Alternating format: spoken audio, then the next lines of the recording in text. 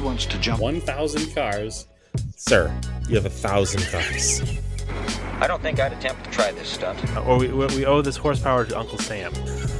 Too many cars. car. You know, roses would be... Like I put my beer belly on it. If you can't immediately tell somebody how many cars you have. You'll really give those uppity yuppies something to think about. Stay on the bar. Don't go off the bar with your Bronco. 1980 Volvo horns. What's right? I want to have a man's coolant.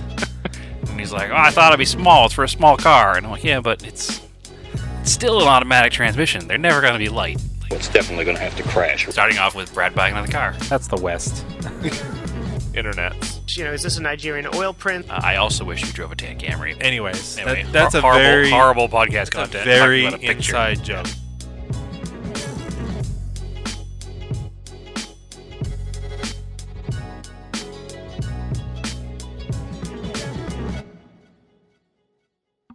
Welcome to the 300th episode of Auto Off Topic. What's going on, Brad? Oh, not too much, Andrew. I'd like to point out this is the 299th episode, only because our special 200th episode never saw the light of day. There's like 3 or 4 lost episodes, but according to the hosting, we were at 299. So if that's the case, this is the 300th hosted episode, which means it's That's our right. 304th recorded episode. Okay. We All don't right. count those. But That's anyways, you don't just have to listen to us tonight. We've got a guest on, Patrick Guzowski. Hey guys. What's up, Patrick? Hey, thank you so much. It's an honor to be here for your 300th hosted episode. Yes. Thank you for getting the specifics right, Patrick. I appreciate that. We love semantics here. We do. Perfect. We have pedantic corrections. So I kind of met Patrick through some mutuals on Twitter, and then I got him to join the Discord, and he's been posting some really cool car projects with us. So again, come join the Discord. There's some cool stuff going on. You'll get to see. Yeah, Patrick has gone and out obscure card me, so we need a little obscure car competition here. I think we'll get to that in a little bit, but I promise none of you will see it coming. Well, before we get into it, there's something you wanted to talk about real quick, Brad? Yeah, real fast. So another podcast who I won't name that we listen to, I think you do as well, Andrew. The other day they were having a conversation about drivers in California intentionally hitting bicyclists. And I understand the car person kind of mainstream perspective of bikes are bad, cars are good, bikes don't belong on the road. It's obviously not the case, and anybody hitting bicyclists on purpose should be punished at the full extent of the law. And this is a very personal conversation for me as somebody who does ride a road bike from time to time and somebody whose significant other spends thousands of miles a year riding a road bike. And every time she leaves the house, I get nervous about other drivers being around her. And this whole thing kind of timed in, and I wanted to bring it up based on their conversation last week that yes, bicycles can be annoying, but not every bicyclist is annoying. But what every bicyclist is a person, not a bicycle. So if you do hit a person on a bicycle, you're committing an assault, period, end of story. And you wouldn't just walk by a random person and punch them in the face, which is less dangerous than hitting them with your car, obviously. And timing-wise, this all just kind of worked out because we had a tragedy here in Phoenix 3 days ago where a group of cyclists, who some of which are part of the group that my significant other, Naomi, who you all know from being on the podcast, has ridden with in the past and knows, were run down by a man driving a pickup truck, and he ran over 12 of them, killed 2 of them, and some of them are still in the hospital now. So it all kind of really hit me at the same time, and I just wanted to put it out into the atmosphere there that as car enthusiasts, we need to also remember that we're driving 3,000 pound plus cars, and people on bicycles are people on bicycles. They might as well be pedestrians. You wouldn't hit a pedestrian. You wouldn't hit a bicyclist. Please just relax. Be careful. If one bicyclist annoys you, just remember it's 10 seconds out of your life before you're around them. And then they go about their day and you go about your day. And if you do something and you hurt that person, or even if you annoy them, because people in cars have annoyed us in the past, you're ruining your own day. You're ruining your own life. And if you do hurt them, obviously you're ruining multiple people's lives and you will be in jail. So it's just one of those things that it's been in my brain for a while now. And then another podcast was talking about people in California who are hitting bicycles on purpose and kind of making light of the situation and joking about it. And like I said, I get it. It's the commonplace kind of discussion that's always been on the internet in car groups. It's that, bicycle bad, car good. But I just remember it's a person, and it's not a bicycle. If you hit a person, you hit a person, and their life is forever changed, and so is yours. And tragedies like what happened here a couple of days ago don't need to happen. So I don't know the specifics of what happened here. It's all still being investigated, but I do know that somebody drove over a group of, I think it was 12 or 13 cyclists, or 13 or 14 cyclists, and he hit 12 of them. And I don't know how you do that because they were all in a row. So it was like a full 10th to 10th of a mile, or 10th to 8th of a mile of running over people and not stopping. So it hurts my heart a lot, especially being so close to somebody who does ride a lot in the street, and somebody who myself rides a lot in the street. And I also know that we have listeners who are bicycle enthusiasts as well as car enthusiasts too. So I know they're already on my side, but I want to remind people to just be careful, please. And that's my rant to begin this podcast. I don't want to make it, Brad on a soapbox, but it's important to me. So there you go. No, it's good. You literally do have to share the road. There's no reason.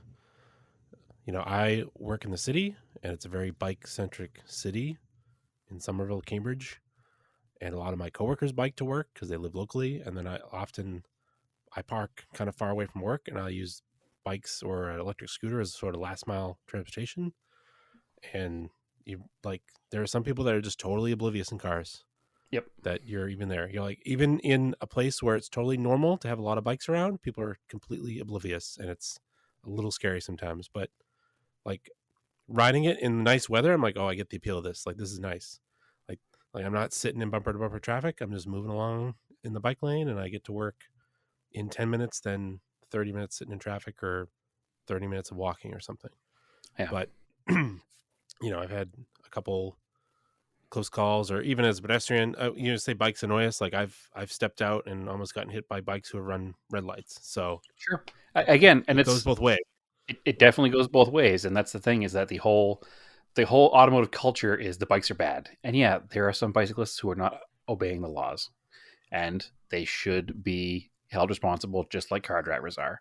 But the vast majority of the people who are riding bikes are obeying the laws. The main problem I see often is that car drivers don't understand the laws of bicycles. If there is no bike lane, if there is no shoulder, the bike is allowed to be in the lane. The bike is not allowed to be on the sidewalk. So if the bike's in your lane, and there's traffic coming the other way, and you have to wait, 10, 15 seconds maybe for an opening to go over around them? What's 10, 15 seconds compared to hurting somebody and ruining their life and your life forever? And yeah, sure, the whole conversation, there's a few bad apples ruin the bunch. And absolutely, there's bicyclists that are annoying and do things wrong. But if you had a better understanding of what bicyclists were doing out there, then I think the world will be a better place. And I don't know. It's one of those things where I've been stewing on it, and I wanted to get it out there. And I know we have a semi-public forum here, and I just wanted to put the thoughts into the atmosphere and just kind of remind people that it's people on bicycles. It's not bicycles. So that's all. Yeah. Just give people space. Yeah, exactly. Give the space. Wait the 10 seconds and go around. No big deal. All right. On that note, yeah. Thank you for that, Brad.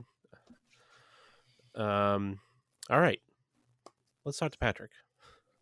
Oh yeah, Patrick's here. Sorry, Patrick. Oh, yeah, I'm here to take it down that path in your first guesting appearance. That's okay. On the record, I love bicycles too. So perfect.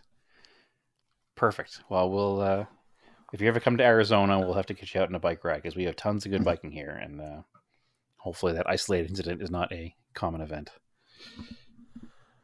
All right, Patrick. Mm-hmm. We'll start with the easiest question of them all. Okay. How'd you get into cars?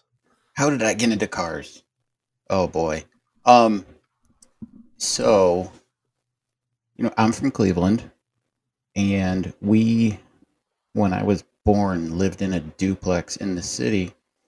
It had a 2-car garage, and the old lady we rented from did not have a car, so my dad had a 1948 Chevy Fleetline and a 1954 Chevy Bel Air in the garage.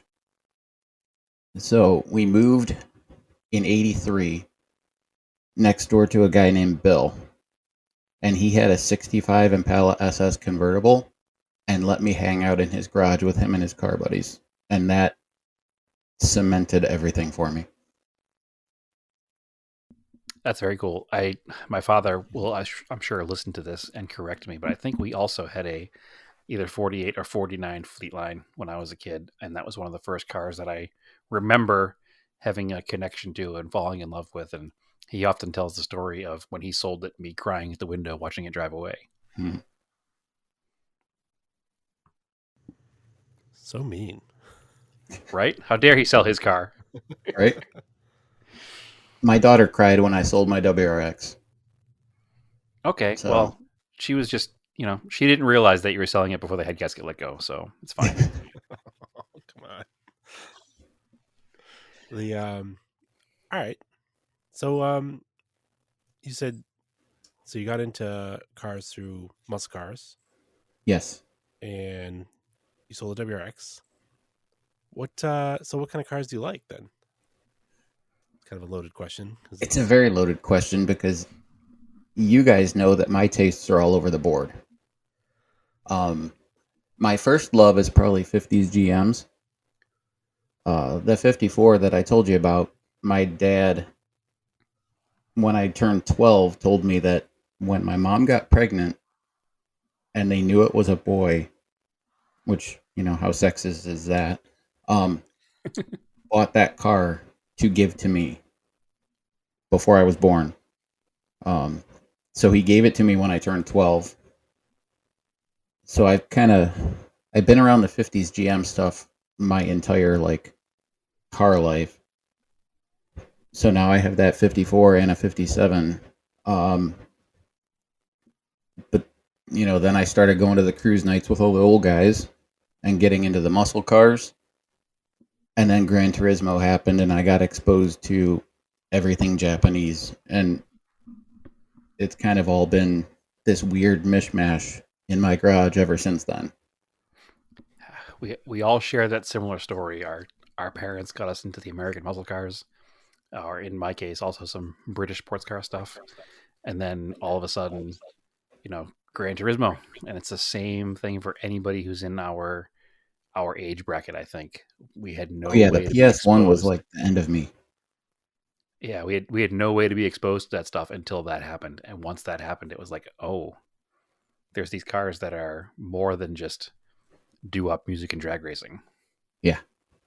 And that was a huge, a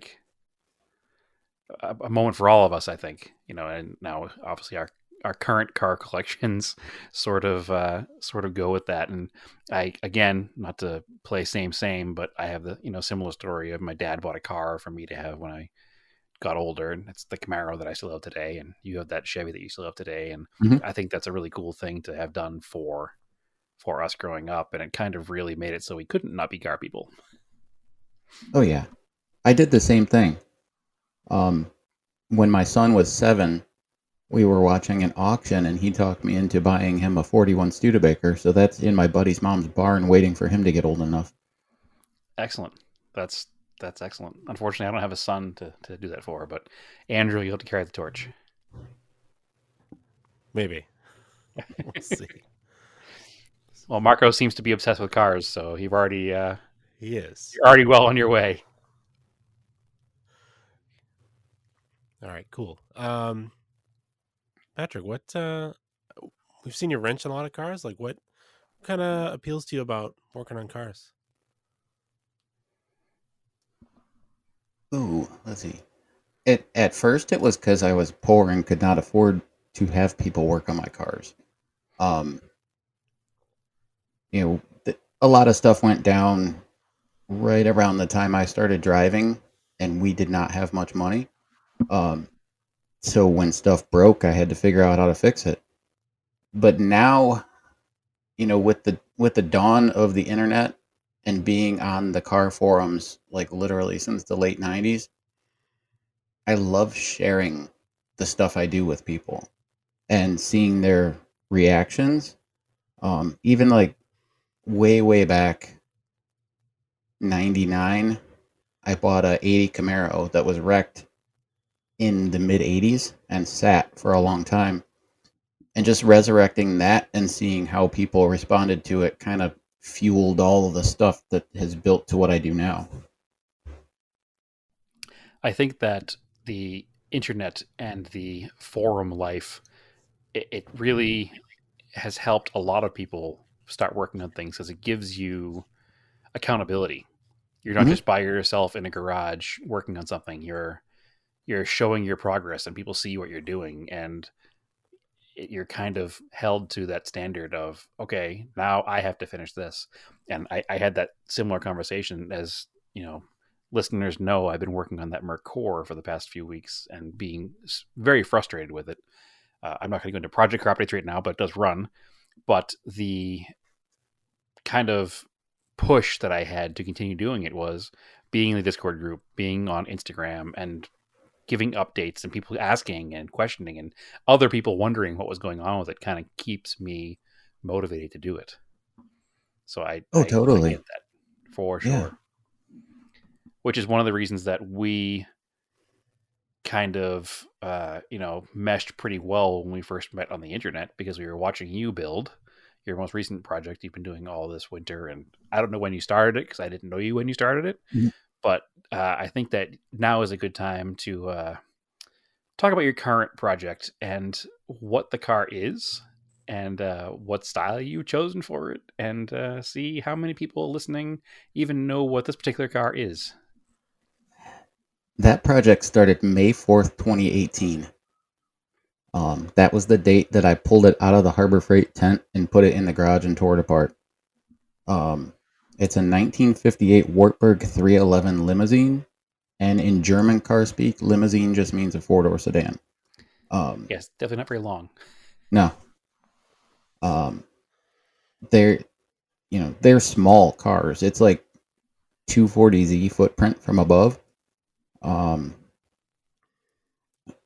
Originally, it had a 3-cylinder, 2-stroke front-wheel drive. Now, it has a custom tube frame and is a bright metallic green with gold roof gasser with a V8, and is ready to go drag racing here in the spring. That's putting it short. So, That's very short. For those who don't know what a Wartburg is, it's obviously an East German sedan. Yes. So when you first showed pictures of it, I knew it was not a General Motors product, but the uninitiated would have a hard time discriminating it from like a 53 Chevy, at least in photographs when they can't see the size of it, because it looks to be like it would scale out to the same size as like a 53 Bel Air. Yeah. So it's obviously not if it's 240Z size, which I didn't even know, but no, it's based on tiny. the pictures I've seen, it looks way bigger than that. So that's even cooler that it's actually also tiny and V8 powered now. So probably similar to like a Henry J size. Probably pretty similar, yeah. Which it's is funny something- that you went with 53, because my buddy Pete, he said when he first saw it, it looked like a scaled down 54. Okay, I mean 53 and 54 are pretty similar. They're the same car minus the grill and the taillights. Just grill trim differences and stuff. So yeah, but that's what I saw when I saw the car initially. I said, "Oh, that looks like a slightly smaller, but not much smaller 53 Chevy." But learning now that it's the size of a 240Z, that's a very small car. And yeah, I probably it's a use tiny 50. car. Yeah, it's cool. I probably use 53 because 53 and 54s are my favorite Chevys. So, Well, cool. Brad, did you know what it was when you saw it? I did not know what it was. I knew it was never heard of German. it before. I knew it was German. I couldn't picture out what it was. In my defense, it didn't have any trim or a grill that matched the car when I saw it first. So maybe I would have picked it out eventually because I do know what a Wartburg is. It was definitely in the condition it was in when I first saw it. I did not know it's got a gasser stance now. It's bumperless. Is the grill back in it now? I think it is, right? Yeah, the grill's in it. Okay. So it's got a full flip nose on it now. I mean, the thing is wild, and every bit looks the part if you were to build a 53 Chevy sedan into a gasser. Again, to the uninitiated, that's kind of what it looked like. So just picture a metallic green with gold roof, I think, right? I'm remembering correctly. Yeah. So metallic green with a gold roof, 53 Chevy in a gasser, and then just kind of squash it a little. And that's kind of what you have. So what motor's in that thing? It's got a 350 Chevy. It's very, very simple. I literally took it out of my dad's Roadmaster wagon when he was done with it and bought some Vortec heads on Craigslist for $80 and a used intake and a used $10 cam. And Perfect. slapped some new pistons in it so I could run nitrous. Okay. And that's the kind of thing where it's not really that important anyway, because building the car is the important part, and that 350 Chevy is such a common thing that you could build something else on the side and I could blow it sky high and not care. change it at a moment's notice. And I assume it's Yeah. backed by like a 350 turbo or a 400 or... Yeah, it's a turbo 350. It's actually the Buick pattern transmission with an adapter because my buddy's boss gave me the transmission for free. Nice. So it's a budget project, you're saying? Very budget. Initially, I wanted to take it to the Grassroots Motorsports $2,000 challenge and just show up and be stupid with a gasser. Okay. But in 2019, when it was clear that we were not going to get it done for that, just in time for the event, I gave up and spent a little more money on it, but I don't have more than like $3,000 in it. Excellent. Well, it looks very cool. It looks way more than $3,000, which is excellent. Is it all steel? Everything except the trunk lid. That's fiberglass. Huh. So I assume I you do made a have mold. the steel trunk lid. You made a mold of the original trunk lid, I assume? The guy I bought it from did. Okay. So 'Cause that's- it's got a weird story. If I could give you like the 1 minute synopsis. Well, give us a story. That's what we're here for. 2009, the 24 Hours of Lemons had an essay contest to give this car away. And one of the GRM forum guys won it. And the next year, they ran a Lemons race, a road rally from New York to New Orleans, and the $2,000 challenge all in the same year. And he essentially used like a Porsche 944 suspension, a VW transaxle, and a Subaru 2.2 in the back. Okay, so the car was already modified heavily. Yes, it was stock when he got it, and then he built it and had big plans, but then something else shiny caught his eye. Right. Just like a lot of us. He sold it. Somebody took it apart and couldn't put it back together. He bought it back just to save it from getting crushed, and then immediately contacted me because he knew I wanted it before. Excellent. Well, it sounds like it was wild before. I'd love to see pictures of the before as well. I didn't know it had that story. I thought it went from a field somewhere and then got passed around a bunch till you got it. I didn't know there was No, an in-between it's thing. led a heck of a life. I mean, it's probably the only Wartburg that made it to America and was modified for any kind of motorsport. I would think so. I think, honestly, most of the other ones are in Los Angeles. Was there ever an Because official there's a import guy of out them? there that runs a website called WartburgUSA.com, and he owns like a whole backyard full of them. He has all of them. Just about. Okay, so he's like he's like me with Dodge Colts. He's the Wartburg guru. Okay, if it's yeah. Weird. I was gonna ask if there was like an enthusiast base, but it's just one guy. It's just Victor. Say somebody has to be. So does he share his opinion with you of the car? Does he like your car or is he anti your car? Oh, he's been to my house. Okay, good. So likes he it. enjoys that it was getting saved instead of crushed. All right. Yeah, that's the argument I have with Lemons cars all the time. Like some of them I think are a shame, and some of them I'm like, well, it would just be crushed otherwise. So, yeah. Now you've competed yourself in the $2,000 challenge, have you not? I have I don't think we've had a 4 guest times. on. I don't think we've had a guest on yet who has. So, Hmm. do you have any one particular car you want to tell us about that you built for that and how the event went down?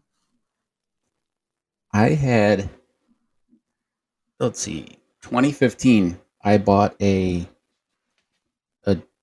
280Z out of a field in southern Ohio and slapped it together and went and did really poorly, but learned how the event worked. I feel And like the that's next year, the common yeah, start for that. Yeah. so the next year I went back and did a little bit better. And then in 2017, we went back with like actual proper tires and testing the car more than driving it onto the trailer before the event, and got on the podium and brought home a trophy. Excellent. What was the car powered by? Was it still a 6-cylinder car or was it? No, I did a complete budget 5.3 LS with nitrous. I bought a $500 Chevy Express taxi van with 428,000 miles on it and slapped the drivetrain in the car with a nitrous kit. And I bought some used road racing Hoosier slicks for the autocross, and I had used drag slicks for the drags. This all sounds like so much fun, and I'm jealous that I've never done any of that stuff. I've always been interested in the $2,000 challenge. I remember reading about it back in the late '90s. I think it was the year 2000, wasn't it? Yeah, 2000. 99. Yeah. Or 99 was the first one. Yeah, it was the $1,999 challenge. Then every year it went Yeah. up by $1. Yeah. Something like I think initially it was the $1,500 challenge. Oh, was it? But then Inflation caught up. in 2000 they changed it. I know that there are some seriously fast cars that have been built within the rule spec, and I'm sure there's some fudging of numbers here and there, but the general camaraderie and the general, competition always seems to be pretty close to the actual number. Yeah, From an generally outsider's speaking. perspective.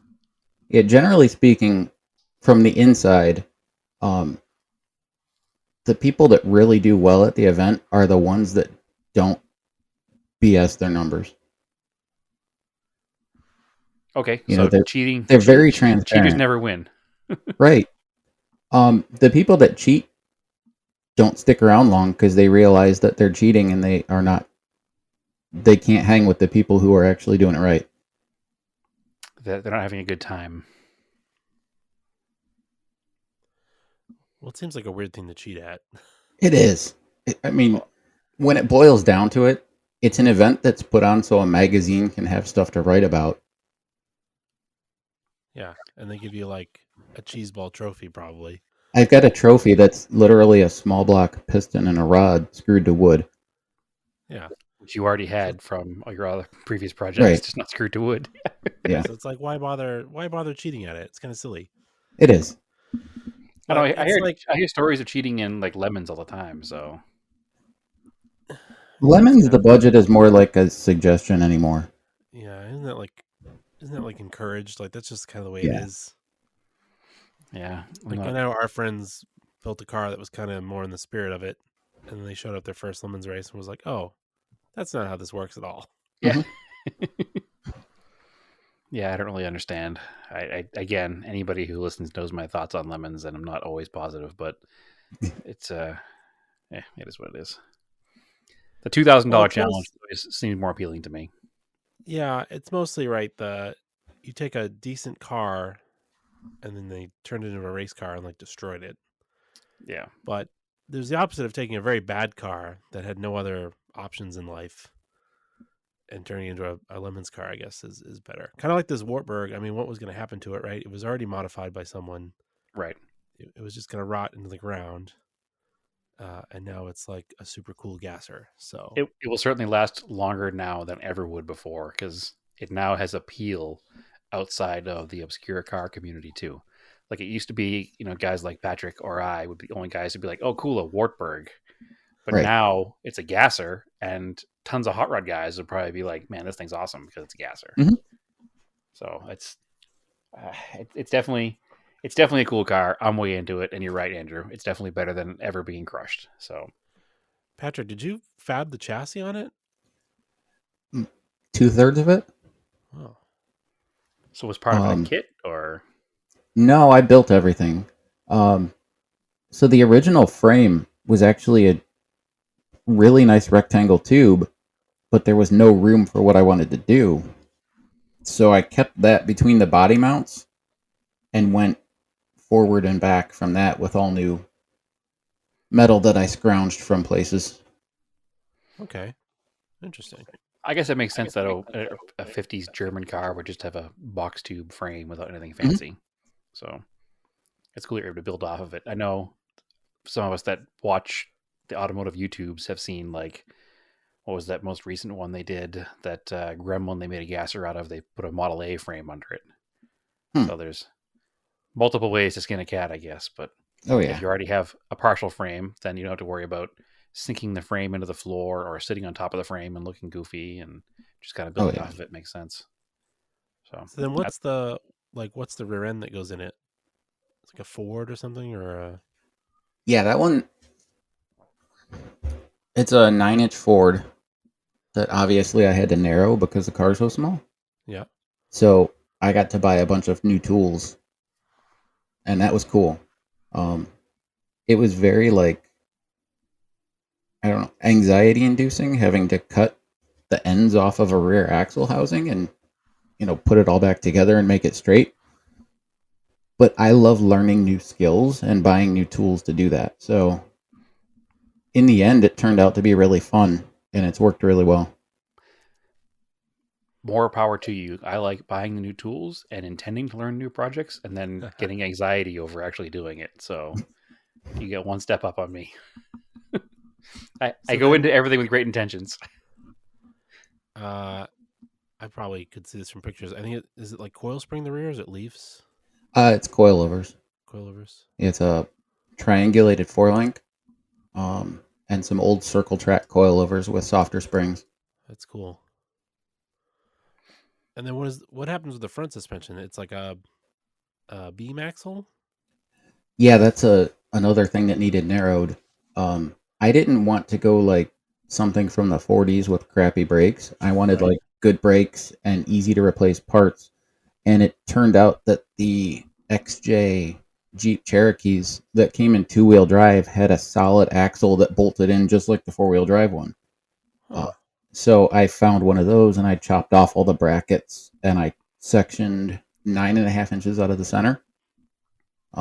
Welded it back together and put leaf spring perches on it and made my own suspension and steering. 9.5 inches. So Yes. this thing is 9.5 inches narrower than an XJ. Yes. An XJ is not a big vehicle. No, it's not. That really gives you kind of a perspective of how small this thing actually is. Mhm. That's a tiny little thing. That's crazy. And so the rest of it is just kind of just a mix of whatever American hot rod parts you can kind of find laying around or factory parts. Yeah, As a far lot as, of like, steering and stuff. yes. Like what did I do? 67 Camaro steering box that I reversed so it would swing the other way. I made the motor mounts.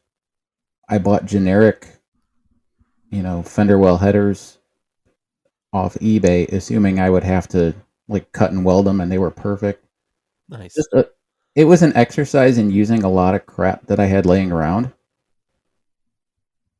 which is generally how projects go in my garage. So, Well, I'll say that you must be So, making fun of me the past few um, weeks trying to put one part in a car, and you're building a whole car from scratch. So Patrick, Andrew. where did you learn to like fab stuff? Was it just from doing things? a lot of it is self-taught. My dad taught me how to weld when I was 12. He was a millwright at the steel mill in Cleveland and got all kinds of different welding certifications. So that was like an invaluable thing to have that guy in my house who could teach me how to weld anything. So I think I was like 17. I bought my first welder at Tractor Supply and immediately went to Summit and bought a roll cage kit for my Camaro and, thought I could do everything. It turns out I was a shitty welder when I was young, but I'm a lot better now. Well, again, that's the same with anything, right? What's that line from that song? The greats weren't great when they started to paint. The greats are great because they paint a lot, something like that. So you got to learn over time. I'm not young and I'm still a shitty welder. So hey, it's 10,000 hours, right? Yeah, something like that. That's the song, right? I don't know. Anyway, I know that's another saying. It's 10,000 hours. I think it's the name of that song actually, and it has that Maybe when there. we get it to 10,000 hours of this podcast, we'll be better at it. But Yeah, sometimes it feels like we're there already, Andrew. No, but it's one of those things that you have to do it a lot, and get better at it. And having that welder in your house obviously was a huge advantage because, that's something that we didn't have. And obviously, my father taught me different things. He wasn't a welder, so he didn't teach me how to weld. So no fault of his, but nobody taught him how to weld, I guess. So there you go. I didn't learn to weld, and it's one of those things that I do often think that would be a game changer in building stuff because once you know how to weld, I mean, there's not much you can't do. So, and this Wartburg project is a pretty good indicator of it. That once you can weld and you know where to source some parts, you can make something out of nothing. And it's one of those things that I think as car enthusiasts, as time goes on, we're going to have to continue to learn to be more resourceful because parts will become harder to get for our old cars, or they're already hard to get for a Wartburg. So you got to build a gasser out of it. Oh yeah. It's very cool. I'm super into the car, and I'm looking forward to seeing it in person sometime. I'm sure I'll be passing through Ohio at some point and have to stop by and check it out. So we spent a lot of time on your Wartburg, and we know you had WRX. Are there any other cars in your past or your current collection that you want to talk about? Like what's the general kind of car that you've owned? Have you had more muscle cars than import cars? Have you had kind of a 50-50 mixed bag? I think I've had more trucks. Honestly. Part of that's because I've been a carpenter for the last 26 years and needed trucks. Sure. And another part is I am like head over heels for the GMT 400, the 88 to 98 Chevys. I've had probably a dozen of them. That's the post square body truck, right? Yes. Yeah. Good trucks. So the last one of those that I had was a half-ton two-wheel drive short bed 5-speed that I swapped a 454 big block into. Kind of your own backyard 454 SS. Pretty much, it was my poor ass 454 SS. I like it. So yeah, I've had more trucks than anything, I would say. But like probably the last 10 years, I've just learned to love Japanese cars. Well, I know we haven't touched on the kind of what I think is probably the crown jewel of your collection. You can kind of give us a little background on what that car is. It's kind of your holy grail, right? Actually, I have both of my holy grail cars. Okay, then let's touch on both of them. Well, we'll touch on the one that I think you're not talking about first. That's the 57 Chevy 210 two-door post. I assume you're talking about the other one. I am talking about the other one. We can start with the Chevy first. So the 57. Both cars are cool, so The 57 is my it's 7-year-old Patrick's dream car. I had, the folder in my Trapper Keeper with a 57 Chevy on it when I was little. okay. So that's for every American car guy, especially Chevy guys, the 57 is the unicorn. And thankfully they made so many of them that there's enough to go around. And I finally got it seems like mine. there's never a moment there's not one for sale on some auction somewhere. Yeah, they cost a fortune, but there's plenty of them out there.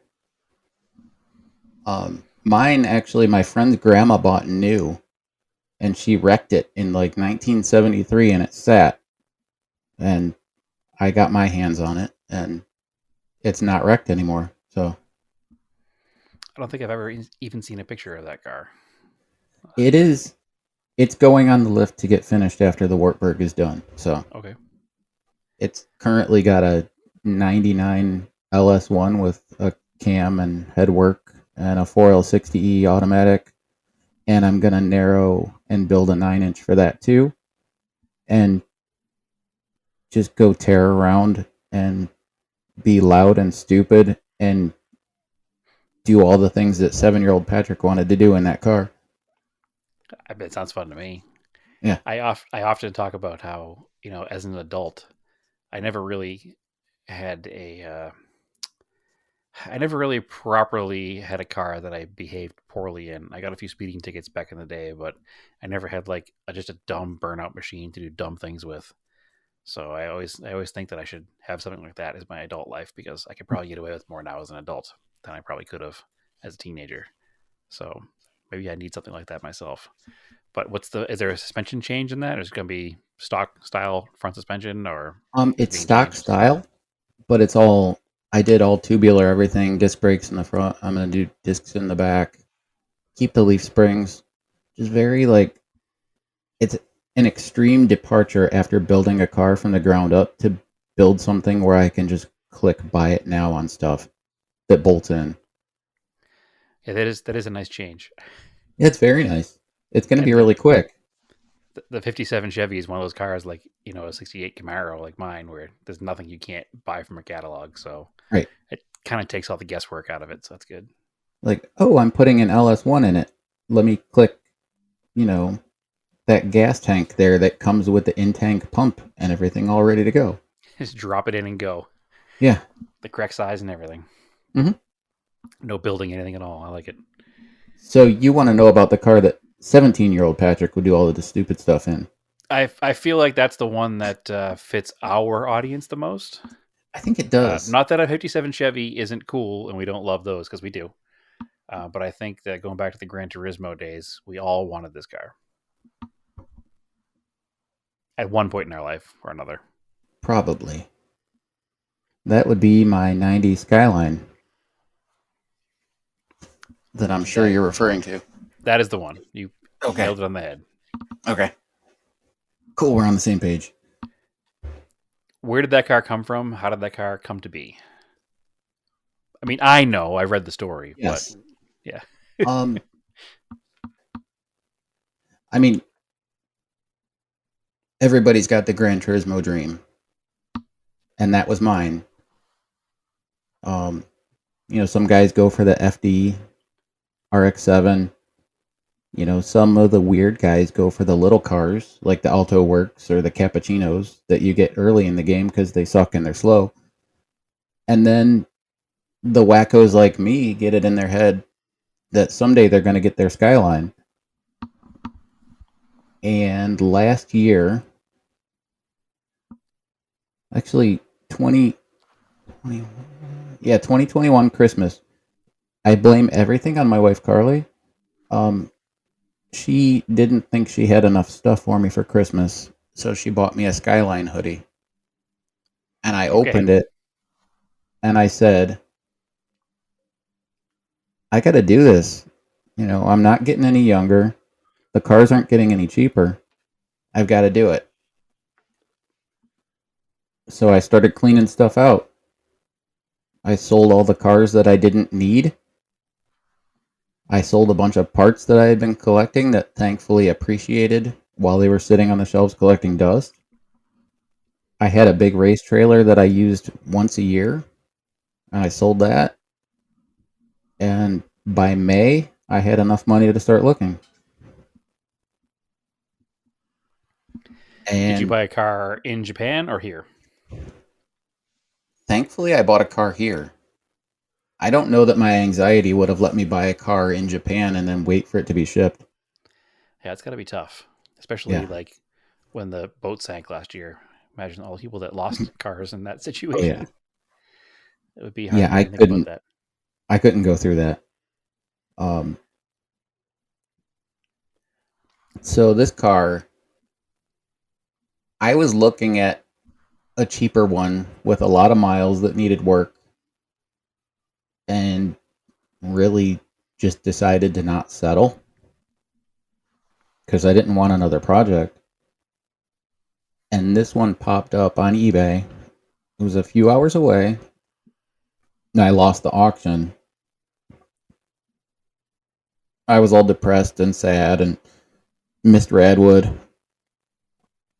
Since Cleveland finally got a Radwood, I couldn't force myself to go because I didn't have anything to take. And then the car popped back up because the winning bidder was from some African country with no feedback. That's happened to me every time I've tried to sell a car on eBay. Yeah. So immediately I bid right to the reserve and messaged the guy, and I said, I'm serious. You know, I'm 3 hours away at the most. What'll it take to get you to end the auction? And he gave me a number, and I talked to my wife because I'm not a jerk. Right. Because it was a little more than I had saved up. Sure. And I didn't want to be like, hey, I bought a car. I need to borrow money out of the savings account. So she gave me her blessing because she's awesome.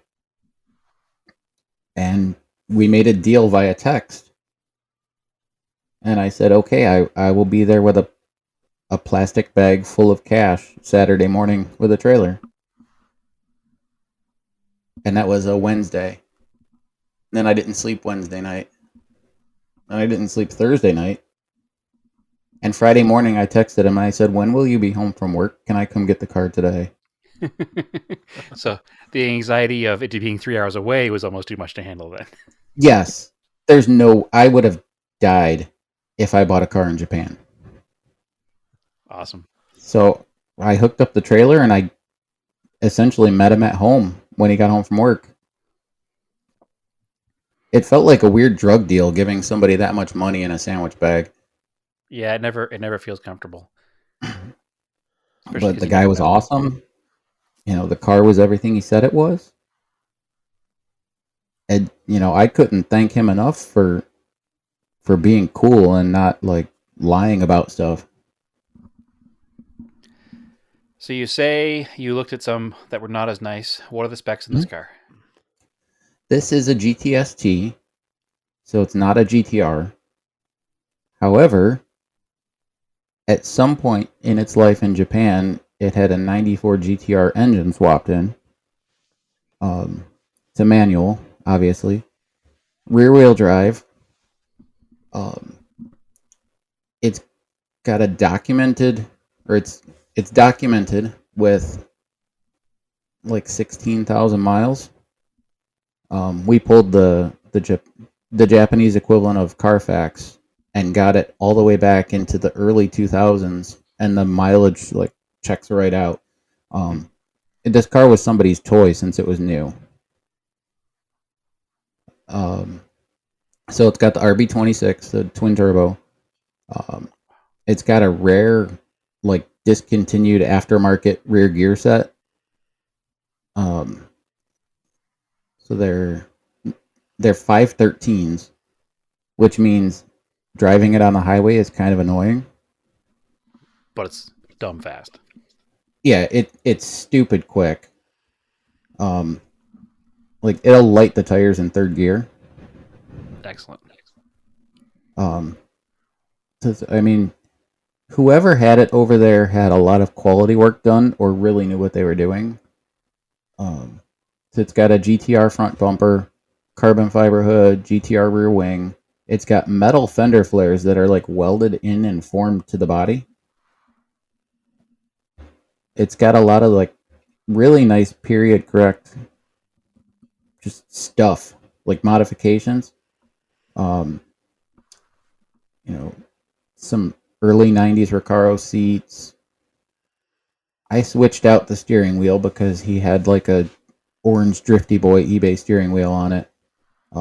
I had a vintage Izumi Japanese wood steering wheel that I bought in the 90s knowing I wanted a Skyline.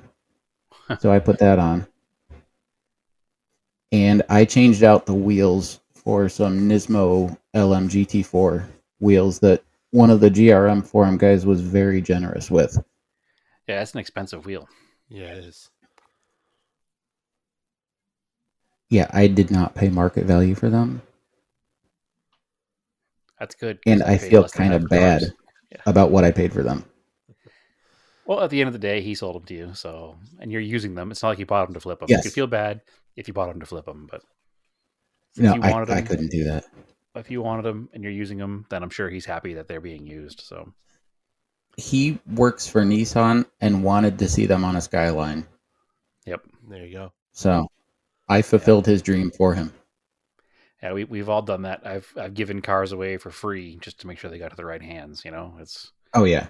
it's not ideal financially, but at the end of the day, it makes you feel better about the car. And I'm sure you're of the same mindset as the rest of us that these cars in our yard or garage aren't currency. They're our lives, our passion, and Right. I'd rather a car go to a good home than make $1 million on it. Don't get me wrong; it's nice to make money on selling stuff sometimes, but Yeah. there's some stuff you just care about, and you have a hard time seeing go to the wrong hands, and knowing the right person is getting it makes all the difference in the world. It's the whole reason I sold my Galant earlier this year, or end of last year, or whatever it was, just because somebody who I knew would take care of it was buying it, and there was no. And did I lose my shirt on it? Sure did, but life goes on, right? So Oh, yeah. I sold my Q45 for way less than I could have because it was going to a young enthusiast who was in love with it. right. Can you give If you Andrew want a some better one, I got advice? one for you. Can you give Andrew some advice in selling a Q45? Price it way below market and somebody will buy it. Yeah, that's what he did. Yeah, well, anyway. You know what's cool about your Skyline is that it's a rear-wheel drive version. Mhm. And I think people forget that those exist, and they only look at the GTRs. Yeah. And it's like, well, you can own a Skyline. Maybe it doesn't have all-wheel drive, but you can own a Skyline, and it'll be a little bit less, I think. I mean, I don't know what the market is versus a. You know, GTRs are very expensive, but I don't know what the market difference is between a rear-wheel drive, like say a stock one. Probably about Obviously, half. your car had probably about half. Yeah. Yeah. And they're That's nothing significant. to scoff at. I mean, they're still turbocharged inline six rear wheel drive manual transmission cars. If the Mhm. GTR didn't exist, they would be an amazing car. And not they're not an amazing car. But what I'm saying is, if the GTR didn't exist, it would be the Halo car. The only reason the GTR is the Halo is because of the all-wheel drive. But there's nothing wrong with the GTST, especially an RB26 twin turbo GTST. Like that's the ideal. I'd probably rather have that for a fun car than have the all-wheel drive at that point because it's simpler. It's probably more rewarding to drive, and it's as fun as that Hoonable 57 Chevy is at that point. So Yeah. it sounds fun to me, and people definitely don't forget they exist because come to a Cars and Coffee out here, Andrew, and there's a lineup of GTSTs at every one of them. Well, yeah. I mean, that's different out there. It's like so much more JDM stuff. Mm-hmm. Of course, it wouldn't be the 300th episode without an audio issue. And Zencaster cut out like the last, 5 minutes of the episode here. You really didn't miss much, but you definitely missed the social media shout-outs. So I'm just going to do those now for us. Thanks for listening. Thanks for sticking with us for 300 episodes. And here's to 300 more. You can follow Patrick Gazowski at Pat Gazowski on Twitter and carsandkink.com and carsandkink on Instagram. He's also over doing posts for us on Parked in the Block. You can follow Brad, as always, TSISS350. We're all posting over at parkedontheblock.com, so go check that out. That's Parked on the Block without the K on Twitter, Parked on the Block on Instagram. We've also got Auto Off Topic on Instagram. Go follow Auto Off Topic on Twitter. And as always, keep cars analog and aim for the roses.